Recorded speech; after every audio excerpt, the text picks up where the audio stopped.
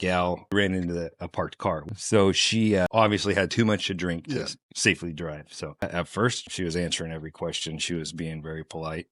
So I get my little breath machine and she provides a breath and it was well over 0.08. So at that time, I tell her, like, sorry, you're under arrest for DUI. And it started to spiral. So we get her in handcuffs and I get her in the back of my car.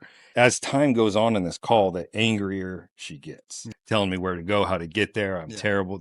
So we get to the hospital and it's obvious to me, like, oh, this is going to be a warrant. So I write a warrant.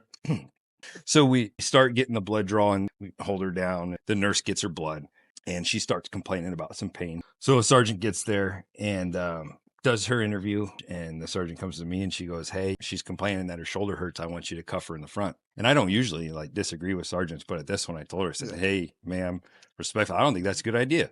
Anyways, I lost that argument. And we cuffed her in the front. So we start on our journey from the hospital to the jail, and she's ramped it up. The partition was half plexiglass, half metal grate. And we get about 2 blocks away from the jail. And all of a sudden I smell poop. And so you know how I told you that I was ordered to put her handcuffs in the front. Yeah, of course. Well, this granted her access to parts of her body that she wouldn't have been if she was properly cuffed. Yeah, okay. And as I'm turning, I see that not only had she pooped, she had grabbed it out of her pants and smeared it across my plexiglass and across the grates of my car. Okay. And as I'm turning around, she's like growling at me, but she had a tampon in her hands. Yeah. A used one. A used one, of course. Yeah. And like I said, she probably would have been able to access that.